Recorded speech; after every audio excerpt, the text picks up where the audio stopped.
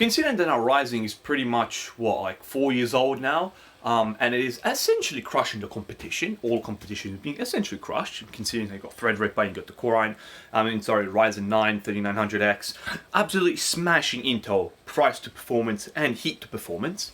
I figured, well, why don't we just take a couple steps back, go with like a 65 watt TDP CPU, and let's go and buy an i3 for just $7.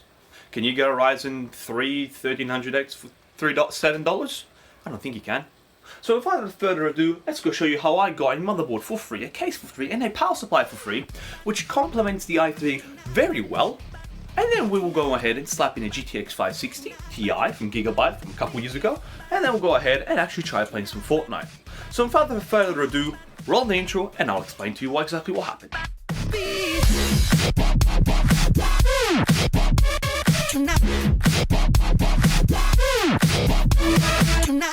Hey guys, welcome back to the channel. It's Alex Tech like usual, and today, like I already mentioned in the intro, we got a couple of components for absolutely dirt-free cheap money, so nothing. Like I already hinted to, we already got the power supply, case, and motherboard for free. I found an ad on Gumtree for just advertise and listen, I got a build.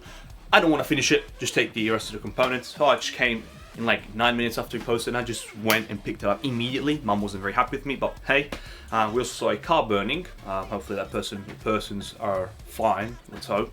And then we went ahead, like I already showed in an older video where I cleaned it up with a vacuum cleaner. We had an i3 in that PC, so then I decided to, well, since it was already what is it, an LG 1155, I believe, is the second and third gens, I believe. We went ahead and grabbed the motherboard, okay, and we slapped the i3 in, and then we also complemented it with another card that I already had lying around, which I got for $5, which was a GTX 560 Ti. So on the bench today, I've rebuilt it because, well, I do the intros last now for some reason. We went ahead and played some Fortnite, GTA 5, Dying Light, Rocket League, and CSGO, and we'll see how it goes. So without further ado, we'll go into the montage, and I'll come at the end and talk to you exactly about how everything went. So without further ado, roll the montage.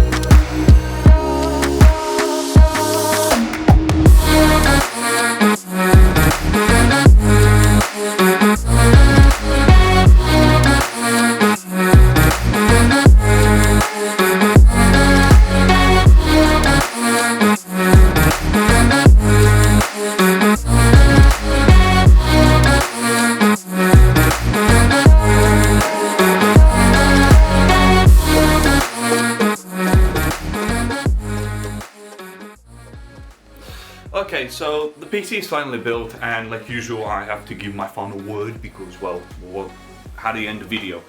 So my final word on this PC is a very good value for money PC. Considering that the i3, the CPU was $7, the GPU was $5, the motherboard, which is a pretty decently high-end motherboard made for overclocking, came to be for free, and the case as well, which actually looks kind of nice. I think it honestly is the best value PC I've probably ever built, because this even rivals the i5 build I did with the 660 Ti and the 760 and the 760 as well.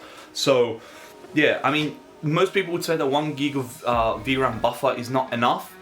If you're not going to be playing like AAA titles, or if you're going to be playing AAA titles on the low settings, I think that 1 gigabyte of VRAM is still more than good enough. GTA 5, for example, tells you how much VRAM you should be using, and automatically adjusts it for you. It just defaulted me to high settings, which was, well, good, I guess. But other than that, to be completely honest, I think that an i3 can still indeed play. I mean, if you get like the 9th gen i3, which is like 4 cores, I don't believe it has hyper-threading, I'm not exactly sure, but they are decent. They're decent cores as well. But I think the i3, because the good thing about the i3 was it was hovering around the 60% mark, and instead of using just 2 cores, it was using all 4 cores, so 2 threads, 2 cores, it was using the 2 threads as well. So most games were indeed leveraging all 4 cores of the CPU, which is good. So that means the CPU was indeed getting pushed, quote unquote. The GPU, good thing about it is the drivers are still well optimized, so most games just ran without any issues whatsoever. And well, Fortnite preferring Intel and Nvidia just run absolutely beautifully on the low preset. And the thing is, most games like Fortnite, for example, actually still look pretty good on low settings. Of course, you're gonna gain that crisp sense of depth. But other than that, I mean, like, the game still looks absolutely good. Like, it's more than playable. You could easily play.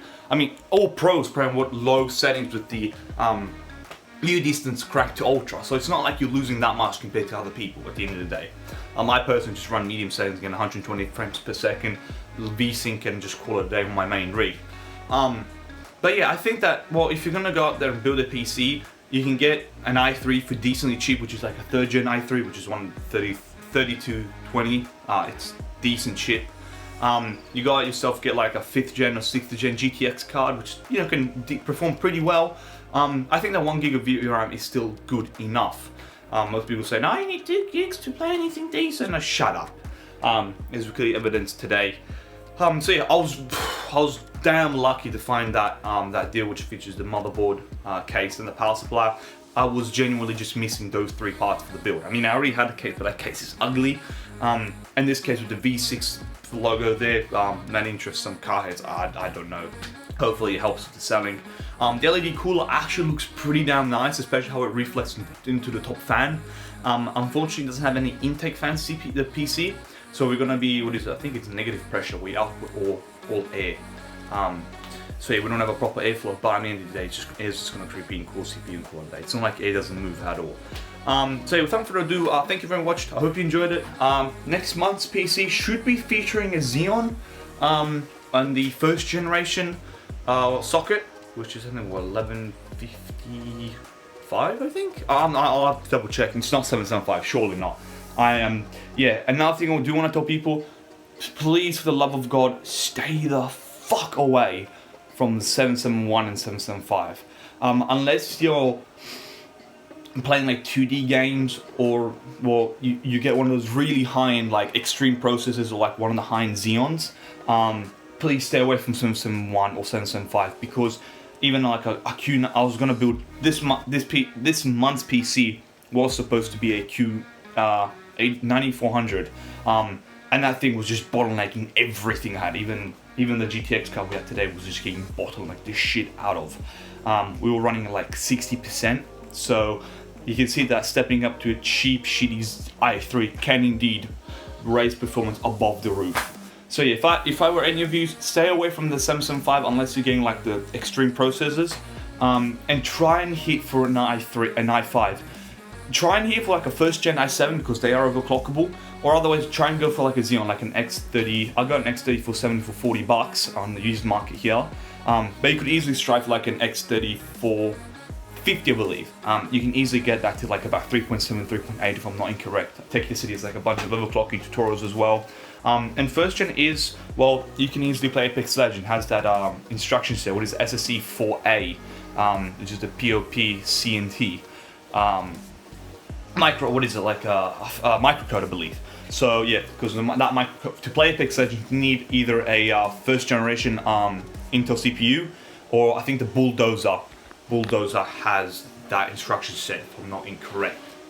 So yeah, so next month's PC will indeed be that. It will be featuring as well as an I think I'm featuring an RX with it. I'm not exactly sure. I need to go and see if I can indeed get one for decent cheap, about 80, 90 bucks.